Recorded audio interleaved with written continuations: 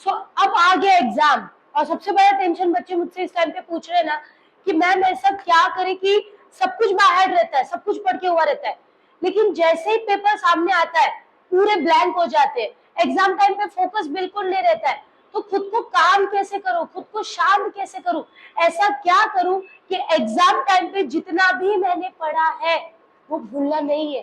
तो बच्चों ये प्रॉब्लम आप सबको सबसे ज्यादा फेस होता है कि सब कुछ होते हुए भी, सारी प्रिपरेशन होते हुए भी, ऐसी क्या गलती होती है कि हम एग्जाम टाइम पे ब्लैंक हो जाते, ऐसा क्या मिस्टेक्स करते हैं हम जिससे एग्जाम टाइम पे सब कुछ पढ़ने के बावजूद हम ऐसे ब्लैंक होते हैं कि वही बात होती है, रेस शुरू करने से पहले सब कुछ सही था, जिस दिन मेन रेस था उस दिन चलना ही भूल गए कि चलना कैसे था। तो आज आपको मैं कुछ चीजें, ऐसी गलतियां जिनको आपको करेक्ट करना है, ताकि आप एग्जाम टाइम पे जो आप अपने कामनेस को खो देते हो, आपको ध्यान नहीं रहता है कि अरे क्या हो गया।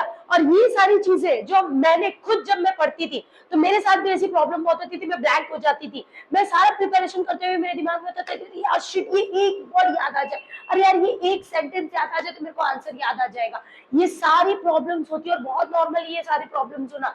तो आज मैं आप जो ऐसे मिस्टेक्स जो एग्जाम से पहले आप करते हो, जिसका रिजल्ट आपको एग्जाम के दिन दिखता है कि आपको एक वर्ड सोचते हो, एक वर्ड याद आ जाए तो पूरा आंसर याद आ जाएगा, एक पॉइंट याद आ जाए तो पूरा आंसर याद आ जाएगा, और आप अपनी कामनेस को खो देते हो, आप ब्लैंक हो जाते हो।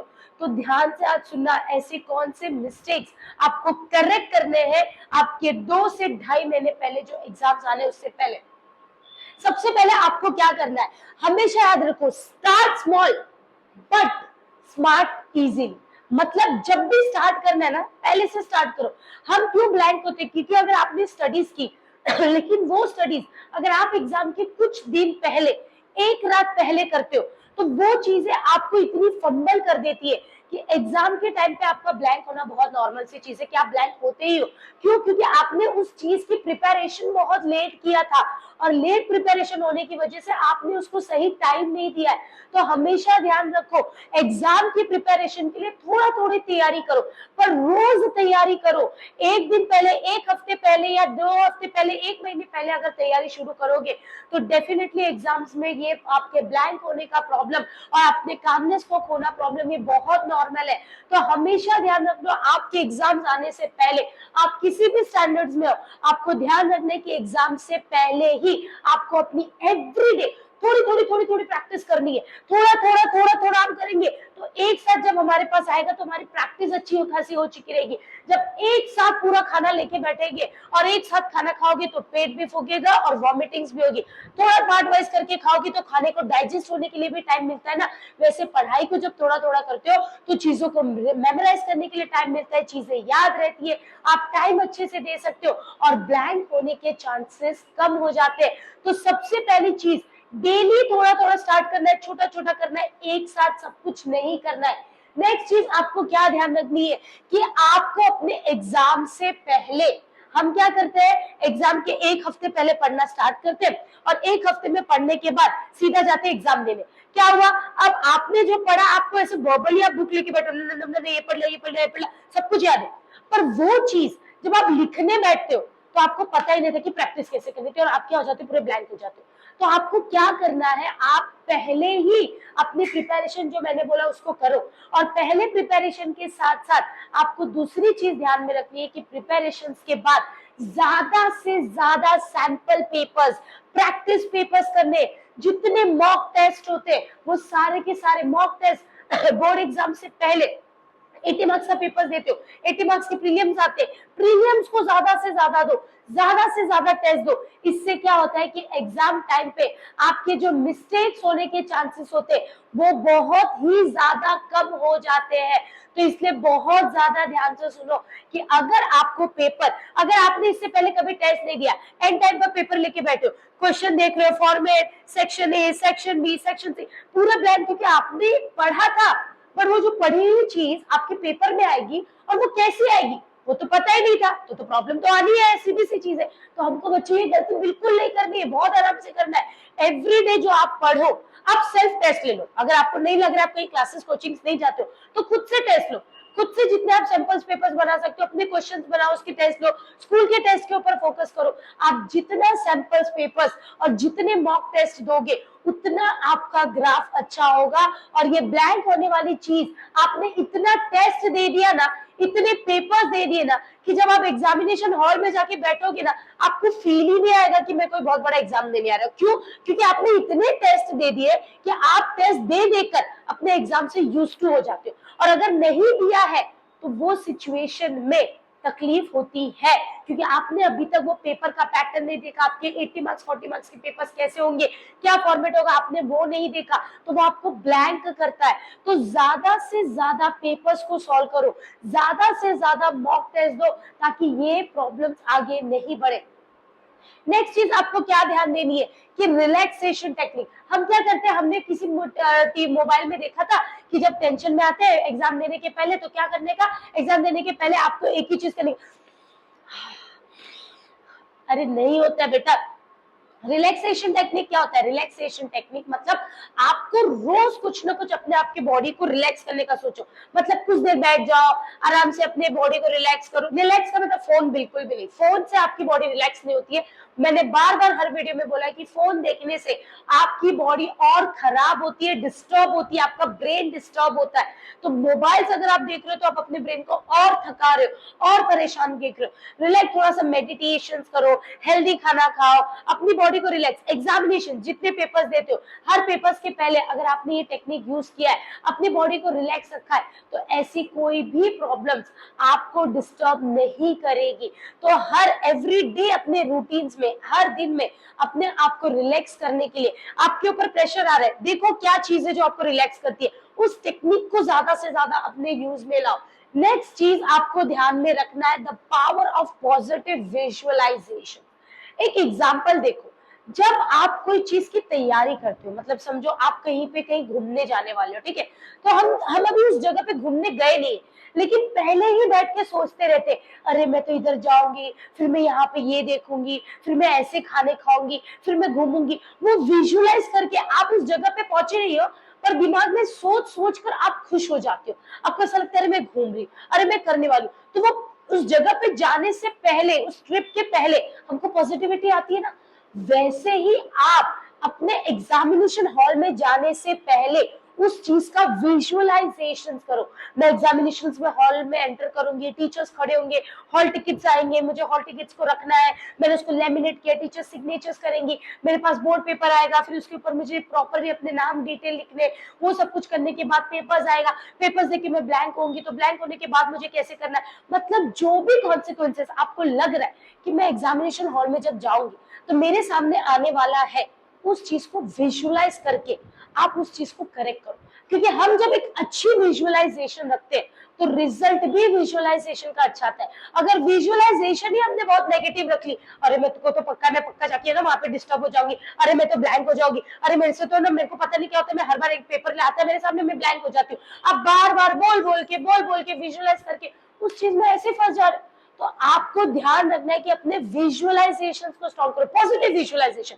हाँ ठीक है, कुछ नहीं होगा, मैं जाऊंगी, पेपर्स देखूंगी, आराम से शॉर्ट आउट है, मुझे पता है कि मैं अगर पेपर टफ आया तो मुझे कैसे हैंडल करना है, मुझे पता है पेपर में कोई प्रॉब्लम नहीं होगा, मेरी पॉजिटिविटी पता है मैं कितने स्ट्रांगली सारी चीजें हैंडल कर सकती हूँ। पॉजिटिव रहो, बहुत अच्छे से पॉजिटिव रह के एक अच्छा एग्जामिनेशन हॉल को विजुअलाइज करो, ताकि जब आप वहां पे जाओ तो वही विजुअलाइजेशन आपको बॉडी में एक पॉजिटिविटी दे कि हाँ कोई प्रॉब्लम नहीं, कुछ नहीं, ऐसे मैंने सोचा था, ऐसे ही हो रहा है, कुछ भी ऐसा नहीं हो रहा है जैसे मैंने नहीं सोचा था, हो रहा है। अगर प्रॉब्लम टफ पेपर आया तो मुझे पता है मैं कैसे कैसे मुझे उस चीज को हैंडल करना है, मैं इजीली पेपर्स कैसे लिखना है, मैंने इतने सारे पेपर्स देखे, मुझे आइडिया मिल गया, तो वो चीज मैं हैंडल कर लूंगी। नेक्स्ट चीज आपको ध्यान में रखनी है, माइंडसेट। हमारा माइंडसेट बहुत जरूरी है।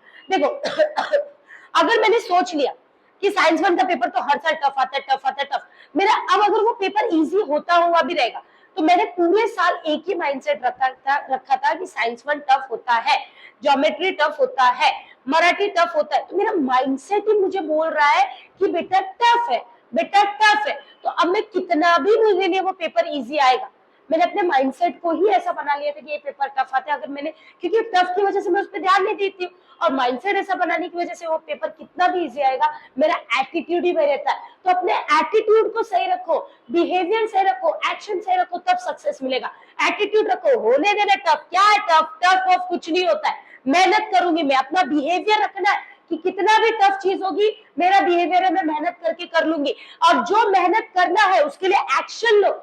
अगर आपने अपना एटीट्यूड पॉजिटिव रखा, कुछ टफ नहीं है मेरे लिए, क्या टफ है, जिसने बनाया है जब उसने कुछ तो सोच समझ के निकला, मुझसे पहले भी कितने सारे लोग ये सब पढ़ के गए, तो क्या टफ लगता था, पढ़े होंगे ना, मैं भी पढ़ूंगी। मेरा बिहेवियर ये है कि मैं करके दिखा सकती हूँ, मेरा एक्शन है, मैं उस चीज के लिए डेली मेहनत कर रही हूँ, और मेरा तब जाकर मुझे सक्सेस मिलेगा कि जितने मार्क्स मुझे चाहिए वो मिलेंगे। तो अपने माइंडसेट को किसी भी नेगेटिव साइड पे मत जाने दो, अपने माइंडसेट को हमेशा पॉजिटिव साइड पे जाने दो, पॉजिटिव वे में जाओ, तब जाकर आपको एक अच्छा माइंडसेट, एक अच्छा एनवायरनमेंट देगा। और आपका माइंडसेट गलत होगा तो एग्जामिनेशन हॉल में हिलना डुलना बहुत नॉर्मल है।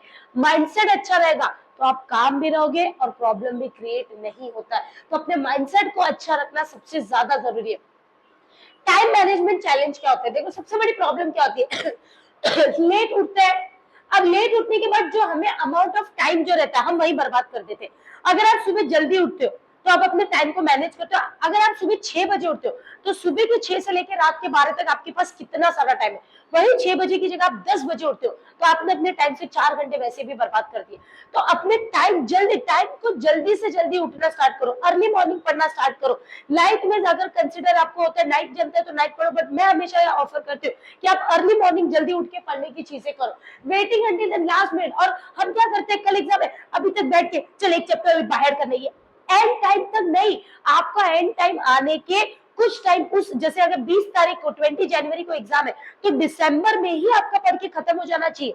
लास्ट 20 डेज तो रिवीजन होना चाहिए। हम गलती क्या करते, हम लास्ट मिनट तक अपना लिखते रहते। एग्जामिनेशन हॉल में पेपर आ गया, पेपर आने के बाद लास्ट के 10 मिनट बाकी है, लिख रहे। एग्जामिनेशन हॉल में जाने के बाद आपका पेपर कम से कम टाइम से 10 से 15 मिनट पहले खत्म हो जाना चाहिए। इसमें कोई तारीफी वाली बात नहीं है, तो कोई प्रेज वाली बात नहीं है कि अरे पूरा एंड टाइम तक तो मैं पेपर ही लिख रही थी। क्या किया पेपर लिख के?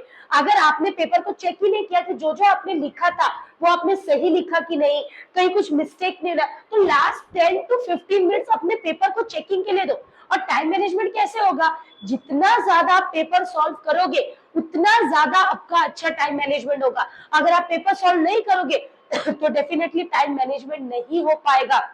तो सबसे इंपॉर्टेंट चीज है आपको अपना टाइम मैनेज, डेडलाइंस रखो कि ये टाइम, अगर 1.5 घंटे के पेपर है 30-40, 1.5 घंटा में तो 1 आवर 30 मिनट्स है, एनी हाउ मेरा कम से कम 70 मिनट्स के अंदर मेरे पेपर्स कंप्लीट हो जाने चाहिए, 80 मिनट्स में मेरे कंप्लीट हो जाने चाहिए। उसके बाद का टाइम पेपर चेक करूंगी, कुछ मिस्टेक्स तो नहीं है, जो भी करेक्शन है।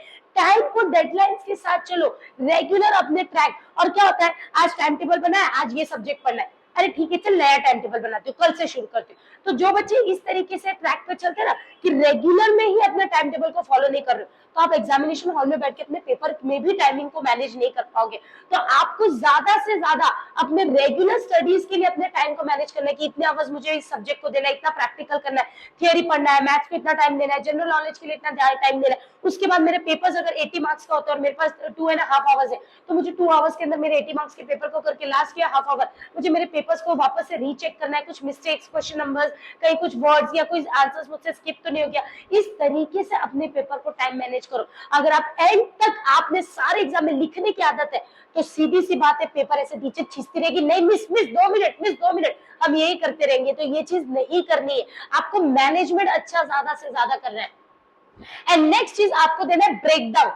ब्रेकडाउन का मतलब क्या होता है कि जब पेपर आता है तो हम क्या करते हैं ना, हम पेपर देखते हैं और घबराना स्टार्ट हो जाते हैं, क्योंकि स्टार्टिंग के 2-3 पेपर्स अगर क्वेश्चन हमको डिफिकल्ट दिखा हम उधर ही पैनिक हो जाते हैं। ऐसा नहीं करना है, आपको क्या करना है पता है, आप अपने पेपर को ब्रेक डाउन कर दो। मतलब सारा पेपर आपने देख लिया, अब पेपर जब आपने देख लिया तो उसके बाद आप डिसाइड करो कि इस पूरे पेपर में सबसे इजी मेरे लिए क्या लग रहा है, मतलब ऐसा कौन सा आंसर है जो मैं बहुत आराम से अटेम्प्ट कर सकती हूँ और मेरा मिस्टेक नहीं होगा।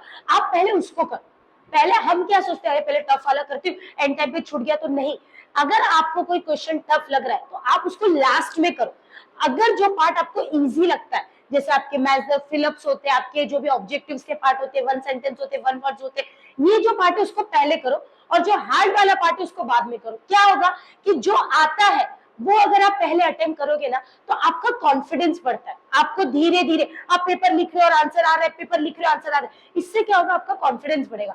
कॉन्फिडेंस बढ़ने का मतलब आप जो चीज आप भूल रहे थे बड़े आंसर्स में, आपको लगा रही है तो मैं ब्लैंक हो रही थी, अरे मैं बोल रही थी, वो भी धीरे धीरे रिवाइंड होता है क्योंकि आपके अंदर पॉजिटिविटी आ रही है, धीरे धीरे पॉजिटिविटी आ रही है कि नहीं मुझे तो बाहर हो रहा है, नहीं नहीं मुझे आंसर्स आ रहे नहीं। और लिखते लिखते लिखते जो ऐसा लगा था कि ब्लैंक हो गया था, जो ऐसा लगा था कि भूल गई थी, चला गया था, वो भी वापस आना स्टार्ट हो जाता है। तो आपको क्या करना है, पहले अपने पेपर को ब्रेक डाउन करना है, जो इजी वाला पार्ट है उसको पहले अटेम्प्ट करना है और जो टफ वाला पार्ट है उसको बाद में अटेम्प्ट करो, क्योंकि इजी वाला हम अटेम्प्ट करेंगे तो हमारे अंदर पॉजिटिविटी आती जाएगी और अगर कोई चीज हम भूल गए तो मे बी उस आंसर्स के लिखने की वजह से हमारे दिमाग में वो भी रिवाइंड होता चला जाएगा।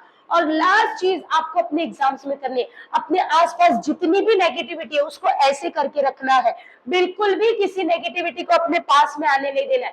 कौन क्या बोलता है, अरे पेपर टफ आएगा, पेपर में तो ऐसा होता है, टाइम ले लेते हैं, ये कॉलेज में ऐसा होता है, ये स्कूल में ये करते हैं, ठीक है भाई सुनो, दो कान दिया, इधर से सुनो और इधर से इसको ऐसे निकालते जाओ, कुछ भी चीज अपने पास आने देनी नहीं है। कोई भी नेगेटिव इंसान, नेगेटिव पर्सन को पूरी लाइफ में आदत रखने का, जिससे तुमको फील हो कि ये नेगेटिव इंसान है, मेरे को नेगेटिव वाइब देता है, उसको ऐसे ऐसे करते जाने का। अगर वो ऐसे आए तो उसको ऐसे बोलो, भाई तू दूर जा, तू दूर जा, क्योंकि नेगेटिविटी अगर आपके पास आएगी तो आपके माइंड को खराब करती है और शायद आप पेपर उतना टफ नहीं होगा, शायद जिस एग्जामिनेशन हॉल में जाने वाला है वहां इतना प्रॉब्लम नहीं होगा, पर उस इंसान ने बोल के इतना आपके दिमाग में नेगेटिव भर दिया ना कि जाने से पहले ही आपकी हालत खराब हो जाती है, जाने से पहले आप अपने कामनेस को खोल देते हो। तो अपने एग्जाम में 3 से 4 चीज याद रखना, प्री प्रिपरेशन करो, प्रैक्टिस पेपर सॉल्व करो, मॉक टेस्ट दो, ज्यादा से ज्यादा टेस्ट दो, सेल्फ प्रैक्टिस के ऊपर ध्यान दो, नेगेटिविटी को दूर रखो और जितना हो सके अपने आप को काम रख के पेपर को रखो, क्योंकि कामनेस रहेगी तो शायद हम अच्छे से स्कोर कर सकते हैं। सब कुछ पढ़ के गए पर अगर हमने कामनेस नहीं रखा, पेशेंस नहीं रखा, अपने माइंड को नॉर्मल नहीं रखा ना बेटा, तो सब भूल जाएंगे। तो होप सो आप लोग अपने आने वाले एग्जाम्स में बिल्कुल भी टेंशन नहीं लोगे और जो चीजें मैंने आपको बताई वो फॉलो करो और अपने आप को बेस्ट से बेस्ट एग्जाम्स में दो, जितना एफर्ट दे सकते हो दो और एक अच्छा स्कोर करो।